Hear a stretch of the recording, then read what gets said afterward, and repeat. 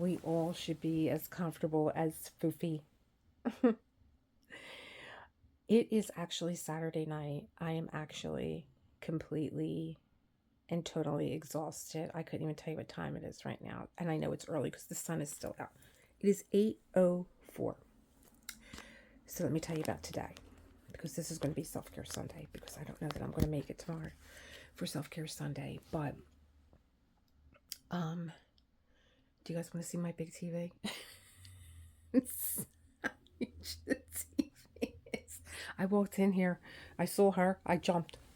So anyway, um, I really thought about like not putting the video up that I did this morning, and I wrestled with it all day because it was a very emotional day. And I just felt like I got up, I went to bed. Well, Friday we had the live chat, and I came to bed after midnight. We got done at midnight. We were done talking at midnight. It was such a great time. We were talking for 5 hours and creating. I did two of my Diamond Art Club Sparkle Pals,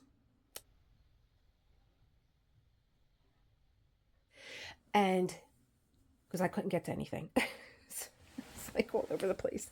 Anyway, so I came into my bedroom, and when I come into my bedroom now, everything's a mess here, and I'm gonna. This is why like no other creator would let you see this part of her life. No, no one. But I just want to show you. I come to bed. My whole house is under construction. Look, the drawer isn't even closed. I come to bed and I look out that window at my girlfriend's house, and she had a. I looked and I was like, oh my God, the poster's in the window. They still haven't found Theo. I went to bed Friday night crying. Friday night, Saturday morning crying because I was like, I, I can't. It's not even my cat, but they're very good people. We love them to death. It's such a blessing when you have neighbors that you love. And I said to John, my heart is so heavy. Like all I can do is pray. And I'm praying to St. Francis, and I'm praying to St. Anthony. And St. Anthony helped me find my Bella when she was lost. And I know that he's going to find Theo. And I got up in the morning, and John's telling me the contractors are coming. I'm like, well, what are you talking about? The contractors are coming. He's like, the contractors decided they're going to come today and start building the fence in the backyard. I'm like, oh my God. Now, my room is a mess because my art room, my cabinets came, and my art room got tossed. So I got stuff all over this room, hanging everywhere. I mean, there's diamond paintings everywhere. You can't, if you, I'm afraid to even open it. There's probably a diamond painting in that drawer. That's why it won't close. Anyway, so I said to John, I got up, I said, the poster's missing from the window. And I went, oh my God, and my stomach just fell. He's like, don't be a crepe hanger. You don't know anything. I'm like, Theo would be in the window because that's where Theo was all the time. He was in the window. Well, not if they just got him back. He was outside for a couple days. And I said, mm-mm. He's like, well, let's go over. I'm like, John, it's 6:30 in the morning. We're not going to go over there. And then when I was filming in the foyer, I saw my girlfriend come out, and I just was like, I went near the door, and I think she may have seen me in my window. She probably saw me in the foyer filming because she knows what I do. And I seen her pick up the phone, and I'm like, she's not really on the phone. I think she's pretending that she's on the phone because she probably doesn't want to be asked any questions. They just lost a cat, and she doesn't want to be asked any questions. So I said, I'm going to call my other neighbor because they're very close. And before I could even call my other neighbor, um, she texted and said, you know, they found Theo and he passed away. So I saw my girlfriend a few times going in and out of the house, and she just looked like a zombie. And I just didn't, I'm like, I got all the neighbors, all the girl neighbors, and I was like, listen, girls, not right now. but we need to do something with her. We need to take her out, take her for a walk, get together, make her something cozy in our home. Like we need to do something to let her know that we can't do anything, but we're here for you. So, I just felt like even all day yesterday, like um I was kind of snappy. I was snappy with John. He wanted to put his father's flag in the window, and I'm like, but told you I bought you something to put that on. But he don't listen. He just keeps going. And I was like, I can't take this today. The cat's gone, and the contractors are coming. You got a show. You want to practice, and then he had to go to another gig in the middle of the afternoon. So I had to stay here with these contractors. So it was just like a lot, and I was already like tired. But anyway, then my son calls and he goes, "Are you okay?" I'm like, "No, not really." I said, "I'm sad. You know the way I am with animals." And he said, "Well, what's wrong?" And I'm like, "Well, why are you're asking me if I'm okay? I thought you knew." And he's like, "No." He said, "I had a really bad dream about you last night and I'm so upset." And I'm like, "Okay." He's like, "Can you get out?" I'm like, "Can I get out?" "Yeah, you can get out." He's like, "Well, I know you're always waiting for mail or something." I'm like, "No." I said, the cabinets came, my closets came from Temu. So I figured while they're in the yard and they're drilling things, let me go upstairs but with the closets. So it only took me putting 3 of these together to find an easier way of doing it. So let me show you, because I'm about to put the wheels on the bottom one. And each one of them comes with a seam. And whatever one you choose, you're going to have to take this one out. It pops right out. Okay. So let me show you the easier way of snapping these in now that my hands are killing me. Find yourself a flat surface. So they come out of the box like this. These are your sides. And here's the front and back. So put it on the flat surface. And then I'm over here, I'm killing my hands. Boom. And boom, they're in. If they're not in, they won't interlock together. So, and I'm just going to put it this way. Can't really see. See, you just snap it on the inside. As long as you have a flat surface, you're good. Let's put the wheels on. Let's turn this over. So you have your seam out. You get 4 of them. So you can put these in if you want. I don't like these. I like the fat white ones. And these are going to fit in exactly where they go. And they just push right in. There's the seam. And then there's like a little groove in there. Again, the little groove, the little seam. Easy. And these just spin right in. These will lock too, if you want them to lock. You don't want them to roll. You just press down on it. I have them locked. There you go. All right, let's put these on, then I'll tell you all about the versatility. And so, of course, Foofy's in the way. So this is going to be my bottom one. If they're not on correctly, they won't interlock like that. Goes right in. It's on correctly. And lock the sides. Okay. Now, this one is up to 4. So here's the original one. It's 5. I loved it. I went out and got another one. But I put 6 now. And then I was thinking, of course, there's one that's not locked. Hold on. So I took one off of here and put it on there because I was thinking maybe I want to go higher because I have an outlet over there and I don't want to lose the outlet because I was going to put 3 5s straight across. And I want to stop this. See, if I have a blank space up top, I'm going to put stuff on there. If I go up high enough, I'll be afraid to. I won't do it. So I was thinking I can make this one shorter, but I don't want to do that. The other thing that I like about these two is you could put stuff in this way. start loading from the top. I could start loading all my pens and everything from the top. So that's the other thing that I like about this. Now, I won't leave this like this. I'm just using this as an example because I would get little baskets in here. I have so many pen and pencil sets that I absolutely would get. I would get a basket for this. So that's the other reason why I like them. Now, I don't know. I think what I want to do now, and I'm still not done with the crayons at all, that has a serious coloring pencil point on there. You know, I'll fix all these later. Like right now, I just want to get stuff in the container. Okay, that is not all.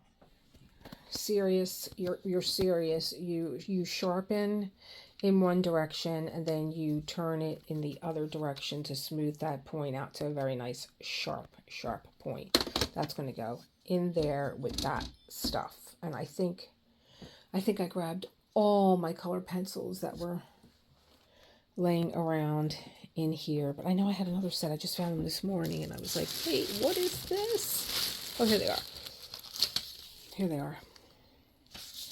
I believe I bought these at the Barnes Museum because they're multicolored and I want to use these too. So like you can top load if you want to. Now I'm doing this with one hand, you know, right now, but I'll fix this all up. And so look at that. All my pens are in, all my pencils are in there. I love it. This my husband bought for me and he signed the front. The 58th anniversary of her birth. And I remember I was telling you guys I only used 2 crayons, 2 of my markers, 2 of my mermaid markers. I told you I only used the blue and the gold throughout the whole book. This is like this is our life. Like the first year that we were dating, I have pictures of Honor in there, and you know, anywhere that we went away. All little notes that my husband wrote me. If he wrote it on a napkin, it was like, yes, I want that. The Atlantic Hotel, our vacation, sketching. Yeah. So this is a very special book. This is my New York book. I don't even know what's in here. Oh gosh, more writing. I don't know if but I break this in yet? Nope, it's just waiting to be broken in. I might have taken that to school with me when I was at Fleischer's. So, of course I have a cappuccino book. I have all my journals where I could just grab them. This is one of my coloring books. Oh yeah, this is a coloring book.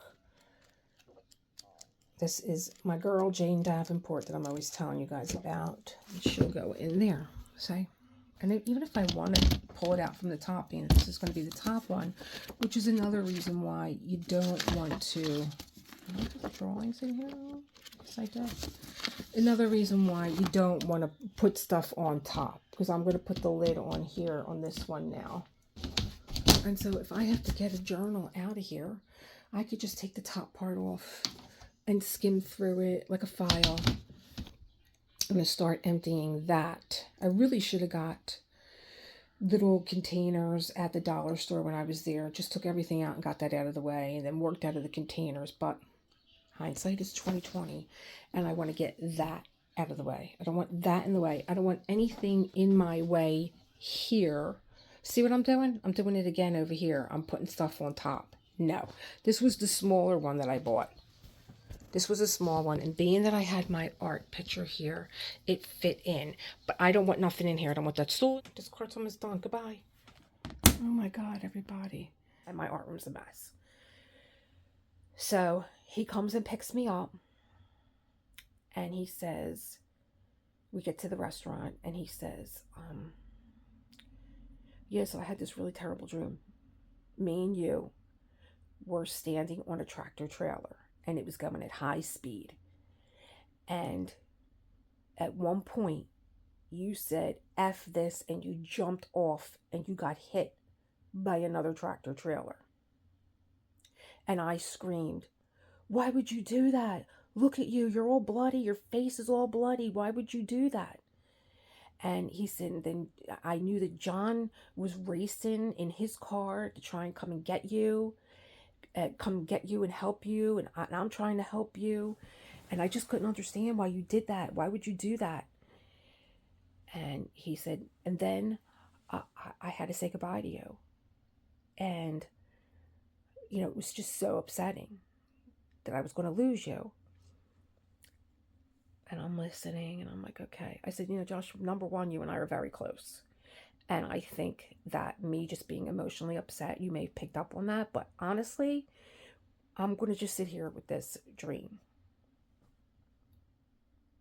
And I did. And I'm thinking, I'm on a tractor trailer. It's going at a high speed. Well, anytime you're in any kind of vehicle, it's a journey. It's usually a life journey. And then my son sees me and he's next to me on a tractor trailer. But you're on top of the tractor. He said we were on top of the roof of the tractor trailer and it was going at high speed. And I was like, well, then, we're not in the safety of the tractor trailer. We're open. We're vulnerable. And then I jump and I'm like, F this. And I jump. And I said, Josh, I think subconsciously you're still carrying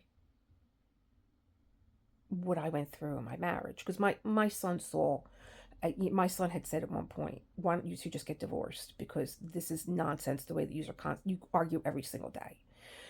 But I think that when I decided to get divorced, I think my son was still like, what are you doing? Like, well, I'm getting off this tractor trailer that's going at a high speed. And I'm just like, F this, I can't deal with it anymore. I think that that's what the dream is. Because like you're being on a tractor trailer, that's a journey, that's life. We're going at high speeds. You feel that it's reckless. I jump, that's even more reckless. And I said, but you know what, Josh? I got hit by a tractor, but I survived because that's your mother. I was hit by a tractor trailer, absolutely. And I was bloodied and banged up. But I'm here. He's like, no, but you weren't. He said, you were there. And then I knew that I was going to lose you and I had to say goodbye. And John was still trying to get to you. And I said, I think what you said goodbye to was my old life, your old mom. And John being in the distance, trying to catch up to me, to save me. I think somewhere in your deep subconscious, your mother doesn't need to be saved, because I left a very comfortable life and I left a very, I lived a very comfortable life, but a very lonely life. And maybe my son saw that as reckless. Like, what are you doing? Like, you got everything you could want. Like, why would you go and like F this all up and go and, get run over by a tractor? So we talked about that at lunch, and, it was just a very emotional day all the way around. And I was thinking about Self-Care Sunday. And I was like, I had an incident with someone last week. I don't know how many of you saw it, but there was a comment that was left on my page for like 10, 12 hours. And this person had time to think about what they wrote out of anger, out of reaction. And I said, that's what my Self-Care Sunday is going to be about. It's going to be about boundaries. And I didn't react the same way I didn't react when we were on YouTube live. And someone said something about, I don't know, something that I was ugly. I can't even, like, something all rolled into one. And I was telling John about it before we got up out of bed Saturday morning. And he went, what? And I was like, yeah. I said, you know what? I read it out loud. Let me go look at the live. And it was right in the beginning, if you all remember, if you were there. And he went, Elisa, that didn't upset you? And I was like, no. He's like, did you really not know what they were saying? I'm like, well, it sounds bad now. So what were they saying? And he's like, well, they were basically saying that, you're an ugly person inside and out. And I'm like, Okay. And he's like, are you really unbothered by that? I'm like, yeah, because I know who I am and I really don't get concerned with other people's opinions of me. So, yeah, I actually think it's a compliment because, I mean, people don't troll people that aren't shining. And they just, I told you guys before I read this lecture to you that Ayn Rand had written because she used to write essays for the Los Angeles Times. And she wrote this essay on Marilyn Monroe when she died, and that we are all responsible for the death of Marilyn Monroe because Marilyn Monroe was hated for being good. She wrote the article from this standpoint, hatred of the good for being good. And if you've ever held this in your heart for anyone, that you don't know why people don't like, I don't get caught up in why people don't like me. I don't know. Could be that I have dark hair and brown eyes. I don't know. Could I look like your mother and you don't like your mother, so you don't like me. I don't know. I don't know what I want. Psychologize. That's the word I want. I'm not going to psychologize why people think the way that they do. I'm not your therapist. You know? But I also thought, like, this is what I do on a Sunday and everybody loves it. And I brought it back. And, like, instead of ignoring that comment, which is like what you do with people like that when they say hateful things like that, like, you said something so hateful to me after being a subscriber of mine for 2 years. And what you guys don't know, context was not only, here on this page publicly, but you had my email.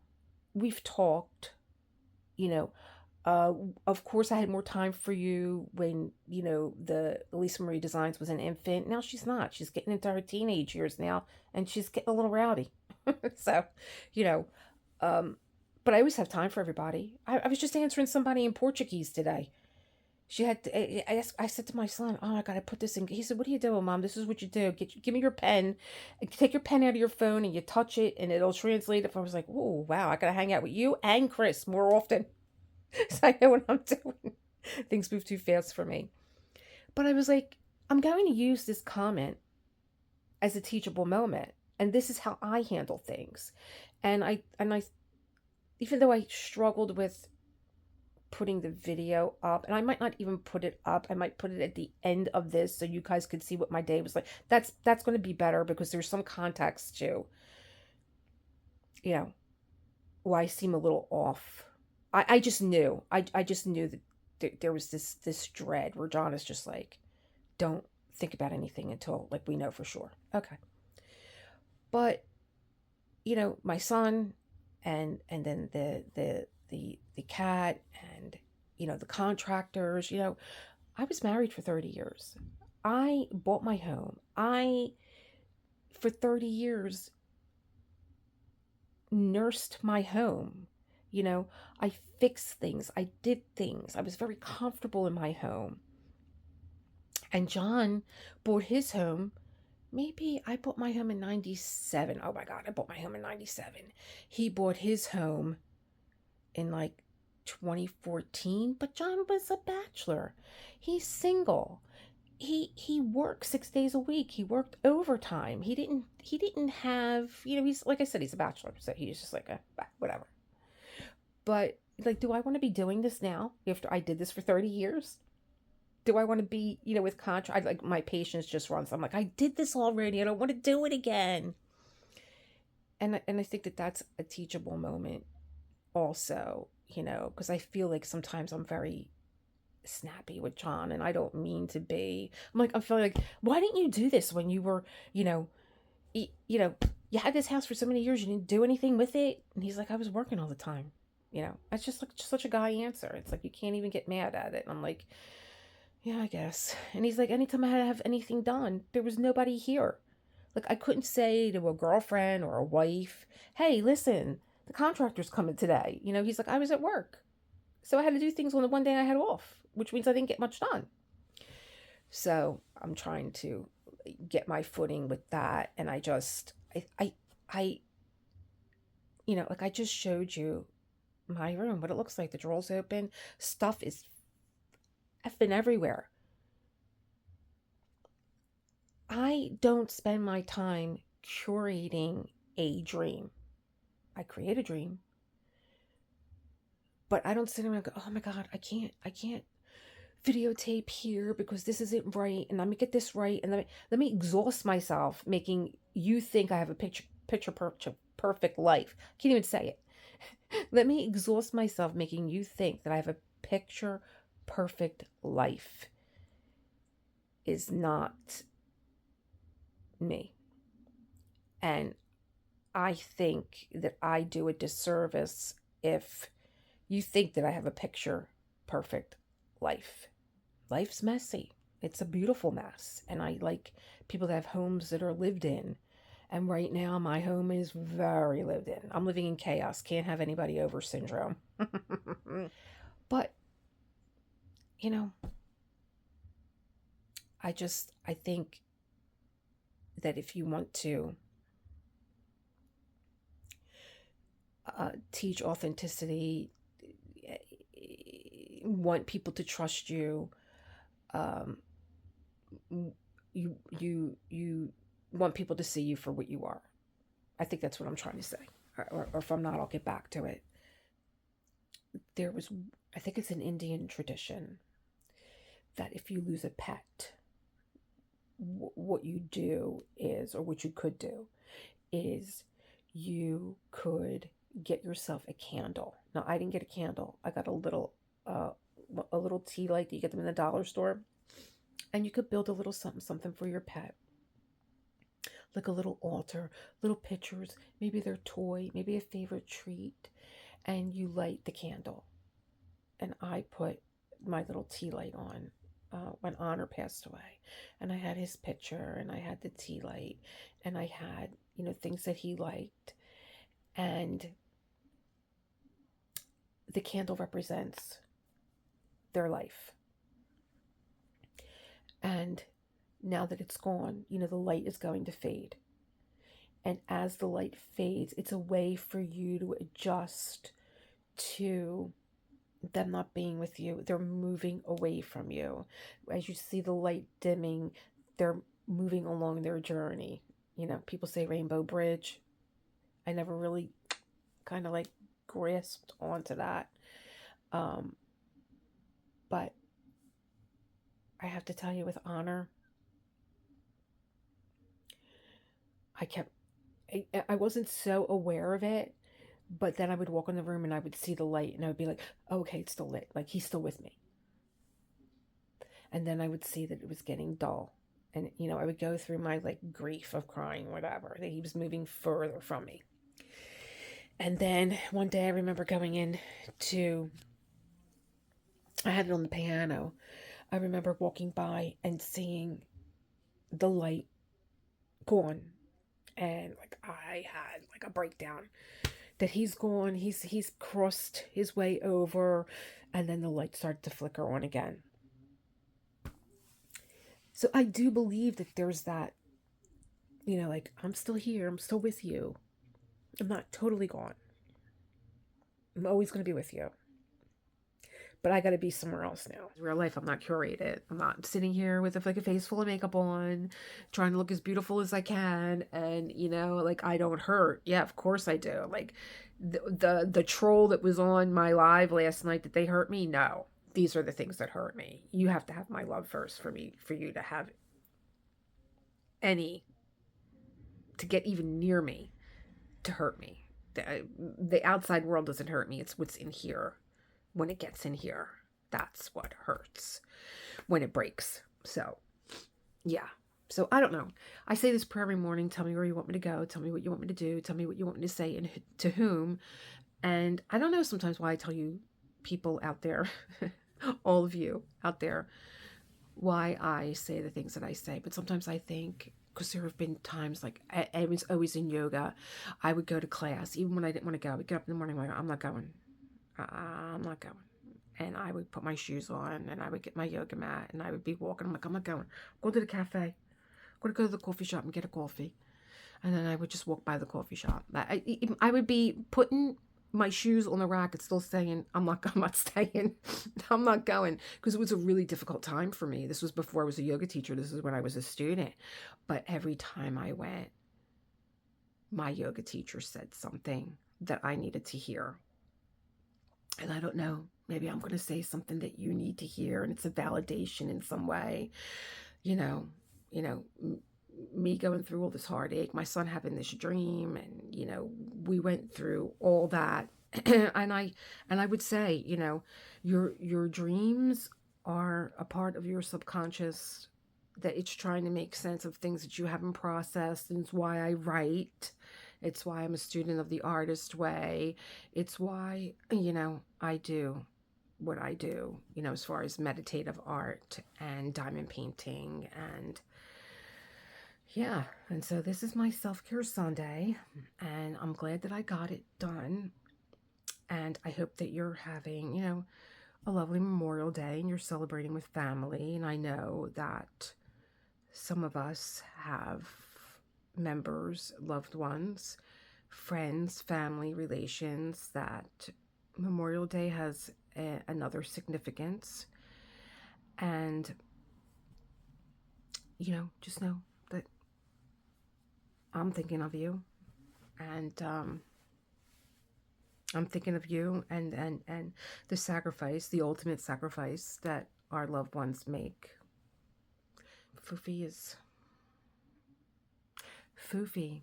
I had my diamond paintings on the bed because I was cleaning the art room, and I hear, I was like, oh, this cat, he's jumped on the bed. He's at my diamond paintings. I had to wrestle him to the bed, kicking and screaming. He looked like Molly, Gabrielle. He looked like Molly. And I pulled a wad of washi tape out of his mouth. It was like a foot long. And he was fighting me for it. He wanted to eat it. What is it with this cat?